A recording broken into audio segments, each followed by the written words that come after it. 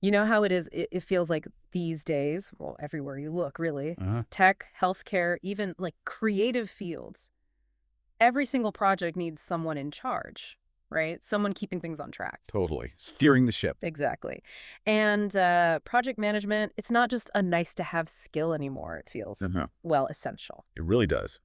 Which brings us nicely to the main topic today, the PMP certification. right? The project management professional. It's probably the best known one out there. Kind of signals you're serious. Yeah. Definitely. And we've gathered quite a bit of info to really dig into it. Articles looking at its value, for 2025 and even looking further ahead. Okay. Stuff like salary surveys, job market trends, what it actually costs to get it, career paths. Uh-huh. We even looked at how it stacks up against other certifications and checked out some forum discussions to see what people are actually saying, boots on the ground. Yeah. Good idea. So our mission for this deep dive, basically, is to figure out, is getting a PMP worth the effort and the cash if you want to boost your project management career in 2025? That's the core question. We'll break down the costs, the benefits, how relevant it still is today. Let's jump straight in. The big question first. Does it actually pay off, salary-wise? Yeah, good place to start. And the data, well, it suggests a pretty clear financial benefit. PMI, that's the Project Management Institute, their data, and others too, show a global average salary premium, something like 26.7% for PMP holders. 26.7%. Wow, that's significant. How does that look in like different countries? Is it higher in some places? It varies, yeah, but the pattern holds. Yeah. So in the U.S., for example, the average bump is around $30,000. That's roughly a 32% increase. 30 grand. Yeah. Hmm. Then you look at, say, Brazil, it's about $27,797 more, which is just over 20%. India, you're looking at maybe 298,487 extra, around 17-18%. Malaysia, it's about RM 20,935, like 16%. Mhm. And Germany, around 13,811 more, which is nearly 17% increase there. Those are some solid numbers. But okay, getting the PMP, it costs money, right? It's not free. Definitely not. So we need to balance that potential salary boost against the actual cost. Let's talk ROI, return on investment. Absolutely crucial. You compare the extra earnings to the certification costs. Yeah. And based on the info we saw, the ROI figures are, well, they're pretty eye-popping in some places. Oh, yeah. Like what? Well, for the USA, the calculated ROI is like 3,000%. 3,000%. Seriously. It sounds huge, I know. Yeah. Brazil comes in around 591%, India 385%, Malaysia 486%, and Germany was really high too, 134%. Okay, those returns sound amazing. It seems like the PMP could pay for itself, really quickly. On average, yes. But are there other things to think about, like hidden costs or maybe the time it takes? Does everyone get that kind of return? That's a really good point. These are averages, right? So your personal ROI, it can definitely be different. Things like your industry, your specific role, how much experience you already have, even where you live, all that plays a part. Someone in, say, a senior leadership role or in a heavily regulated field might see an even bigger payoff than someone just starting out. Right, that makes sense. Context matters. So the financial upside looks good, but let's get real about the costs. What are we actually looking at spending-wise to get PMP certified in 2025? Okay, costs. There are a few pieces to this puzzle. The main one is the exam fee itself. That's usually around $550 US. $550, okay. But if you join PMI, the Institute, you can get a discount. It might bring the exam fee down to maybe $405. But then you have the PMI membership fee, right? Exactly. There's a joining fee, maybe $10, and then the annual membership, about $129. But being a member gets you other stuff too, like resources, and importantly, a free digital copy of the PMBOK guide. The project management body of knowledge, the big book. That's the one, the sort of Bible for project management practices. So membership could be worth it just for that, potentially. Okay, so exam fee, maybe membership. What else? Training. This is a big one. You have to show 35 hours of project management education to even sit for the exam. Right, the prerequisite. And how much does that cost? It varies Uh, a lot. You can find courses for maybe $200, but others go up to $2,000, sometimes even more. Depends on who's providing it, if Yeah. it's online or in person, how deep they go. Okay, 200 to 2,000. That's a massive range. It really is. Then practice tests. You can find free ones online, sure. But are they any good? Well, the sources we looked at generally suggest investing in paid simulators. They cost maybe $60 to $300. The thinking is they have more realistic questions, better explanations, better prep overall. Gotcha. So exam, maybe membership.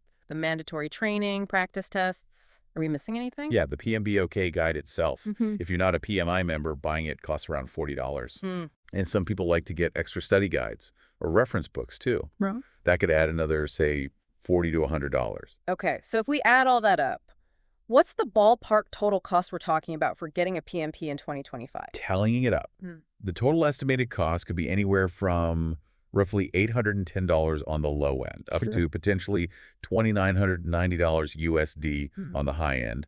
The training cost is usually the biggest swing factor. Right. Some sources give a slightly tighter range, maybe $810 to $1,350. Others, who factor in maybe more comprehensive training or materials, put it closer to $990 to $2,990. So definitely pays to shop around for training. Absolutely. Researching providers is key. Okay. So that's the financial side. Beyond the salary bump, how else does getting a PMP actually help your career path? Oh, it can be a huge boost in several ways. First off, credibility. It just gives you instant professional standing. Like a stamp of approval. Exactly. Employers, clients, colleagues, they see PMP and know you've met a certain global standard of knowledge and expertise in project management. Okay, that makes sense. What about actually getting jobs? Does it open doors? It definitely seems to. Employability is a big one.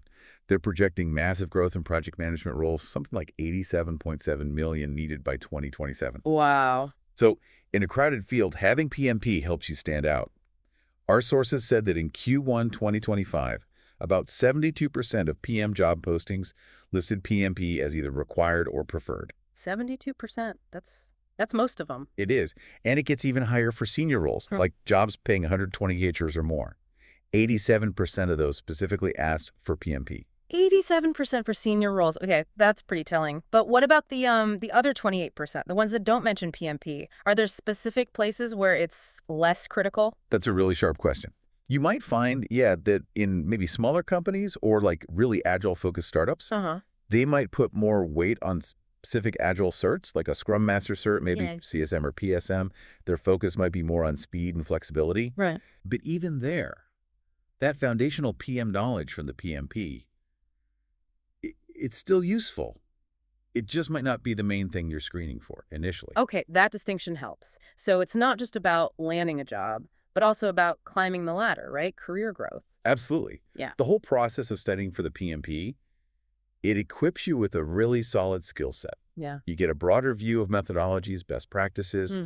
That makes you better in your current role, sure, but it also prepares you for bigger, more complex projects, more leadership-type positions down the line. And you mentioned global recognition before. Yeah, that's a big plus. It's recognized pretty much everywhere, so it can open doors internationally if that's something you're looking for. Okay. And think about it from the company side, too. Hiring PMPs often leads to better project outcomes, more efficiency, hitting deadlines and budgets more often. So PMP holders are seen as valuable assets. Right. They deliver results. Plus, there's the networking aspect. The PMP community is huge, it's global, great for sharing knowledge, finding opportunities. Okay, so let's recap the benefits. More credibility, better job prospects, real career growth path. It's recognized globally, adds value to the company, and networking. That's quite a list. It's a strong case, yeah. So what does that career path typically look like for someone with a PMP? Where do they usually go? Well, a common route starts maybe as a project coordinator or assistant. Then you move into a project manager role. With more experience, you could become a senior project manager, handling tougher projects. Then maybe program manager, looking after a whole set of related projects. Okay. Beyond that, portfolio manager, aligning projects with the company's big goals. And eventually, you could end up in leadership, like a director of the project management office, or even executive roles where that strategic PM thinking is crucial. So it really can be a track towards senior leadership. Are there specific industries where PMP demand is like super hot right now? Yes, definitely. Looking at that Q1 2025 data again, IT and tech are still strong, around 68% demand, though maybe slightly shifted from 2023. Construction is very high, 81%. Healthcare is a big growth area, 74%. Finance and banking, 77%. Manufacturing, 72%. And government defense, still the highest at 89%. Wow, 89% in government defense. But tech at 68%. Like you said, it shifted a bit. What's going on there? Seems like tech would value it highly. It's nuanced in tech, the value perception. It can depend on the company size and even where they are. Big enterprise tech firms, they often still love the structure and governance PMP brings, especially for massive projects. Right. But smaller companies, startups, they might prioritize those agile certs we mentioned earlier. Speed, iteration. Gotcha. And geographically. Yeah, there are differences. North America seems to be moving towards a hybrid model, wanting people with both PMP and agile skills. Europe often still has a strong preference for traditional PMP, and Asia Pacific. We're seeing more demand for people dual certified there too. Interesting regional differences. What about those really high demand sectors like healthcare and finance? Why are they so keen on PMP? Well, in healthcare and life sciences, it's driven by things like complex regulations, managing clinical trials that had 89% demand, super high, Yeah. and rolling out big healthcare IT systems, that was 83%. There was even a 2024 study suggesting PMP-led healthcare projects hit compliance targets way more often, like 31% more. Okay, that's a concrete benefit for them. Exactly. And in finance and banking, it's similar drivers. Risk management is huge, 84%. Digital transformation projects, 76%. And regulatory compliance, again, a massive 91%. 91%. Wow. Yeah. And we're also seeing a trend there of pairing PMP with finance-specific certs, like for risk or analysis, gives you that combined expertise. Makes sense. Now, you mentioned looking at forums, real people talking about this. Did that give any practical insights? Like, does it actually feel like it helps? It really did. Some great anecdotes, people saying the PMP definitely helped get their resumes past the ATS, those applicant tracking systems that filter applications. Ah, the keyword screen. Exactly. And several people reported pretty big salary jumps after getting certified. Right. One person literally said they doubled their income. Doubled. Wow. Yeah. Another person talked about getting multiple job offers pretty soon after passing the exam. So those personal stories, they really back up the data. Yeah, that adds a real human element to the stats. Okay, let's tackle something we hear a lot. The idea that PMP is maybe a bit old school, especially with Agile being so popular now. That's a fair perception. And yeah, it came up in the forum too. Look, PMP does have roots in more traditional waterfall style management, no doubt. Right. But, and this is important, it has evolved Yeah. a lot. The latest PMBOK guide, the current exam, they heavily include agile and hybrid approaches now. It reflects how projects actually run today, often mixing methods. So it's not really PMP versus Agile anymore. They can work together. Exactly. They can definitely coexist, even complement each other. For many people, having both is actually a really strong combination. So how does PMP compare directly to some of those other certs, like CSM or PSM or maybe Prince 2? Good question. When you put them side by side, PMP, CSM, PSM, PMI, AACP, which is PMI's Agile cert, Safe Agilist, Prince 2, even the entry-level CAPM, Yeah. you see different strengths. Okay. PMP generally gives that biggest average salary boost at 26.7%. It's got the widest global cross-industry recognition, but it usually takes more time to prep, maybe 125 to 165 hours.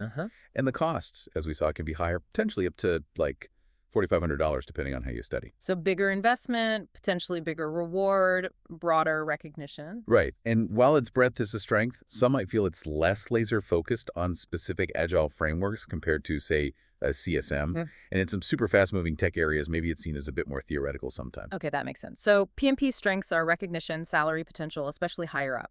Challenges are time cost investment, maybe less specific on pure Agile in some views. That sums it up pretty well. And the strategy piece we looked at, it suggests thinking about your career stage, like early career, maybe CAPM or a basic Agile cert, like CSM is a good start, perhaps with something tech-specific.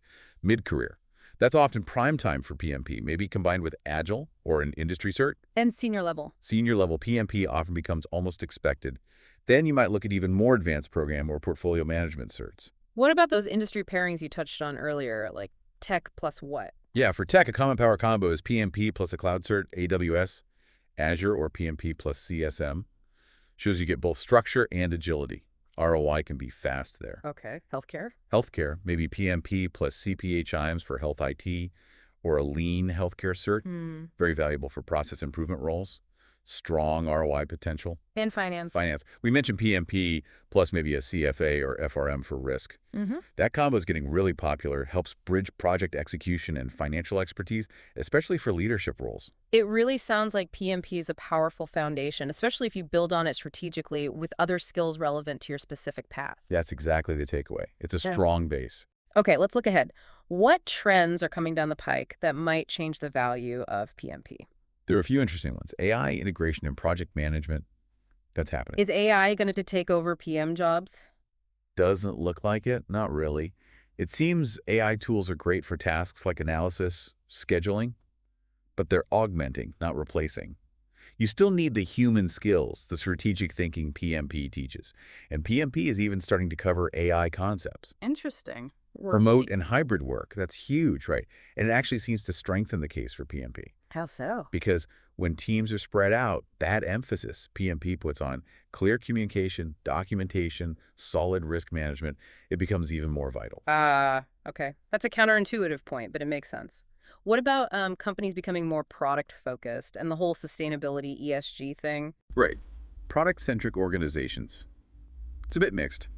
If a company is purely agile, continuous delivery, maybe the traditional view of PMP feels less relevant day to day. Yeah. But there's growing value for people who bridge that gap. PMP foundation plus product knowledge and agile skills. That hybrid profile is gold. Okay. And ESG, sustainability. That looks like a strong positive for PMP. Managing stakeholder expectations, assessing risk, strategic alignment, all core PMP stuff are critical for sustainability projects. Demand is growing for PMPs with ESG expertise. So the PMP itself is adapting, it sounds like. What do the long-term predictions say? Will it still be as valuable in, say, 2030? The analysis we saw suggests, yes, it will likely remain very relevant and valuable. However, we might see a slight gradual decrease in that huge salary premium, maybe dropping from 26.7% now towards 24% by 2030. Okay, still significant, but maybe moderating a bit. Exactly. And maybe a slight dip in the percentage of jobs explicitly requiring it, perhaps from 72% down towards 65%. That's still expected to be broadly recognized across industries as a key indicator of competence. Got it. So maybe not the only key forever, but still a very, very important one for PMs. Okay, let's try and wrap this up. What are the main takeaways from this deep dive on PMP? Well, to summarize, I'd say getting your PMP in 2025 generally offers a really solid salary boost. It definitely improves your job prospects and opens up paths for career growth, and it gives you that globally recognized stamp of expertise. Uh-huh. And while, yes, the landscape is changing with Agile and other methods, PMP is adapting and remains a really strong foundational credential, especially, as we said, when you combine it smartly with other relevant skills and certs for your specific field. Right, so it's not just about passing the exam, grabbing the certificate. Not at all. It's about using that knowledge, building on it, keeping up with how project management itself is evolving. Precisely. So when you're deciding whether PMP is right for you, you really need to think about your own career goals, what's valued in your industry, and be realistic about the investment, both time and money. Absolutely. So maybe the final thought for you, the listener, is this. Certifications like PMP, they give you great knowledge, great recognition, but remember, actually applying that knowledge day to day and committing to keep learning. That's what really drives long-term success in project management. Couldn't agree more. Think about how that structured PMP approach, that broad knowledge base, could specifically help your career path. And definitely check out the resources from PMI from other certification bodies too, based on where you want to go in your industry.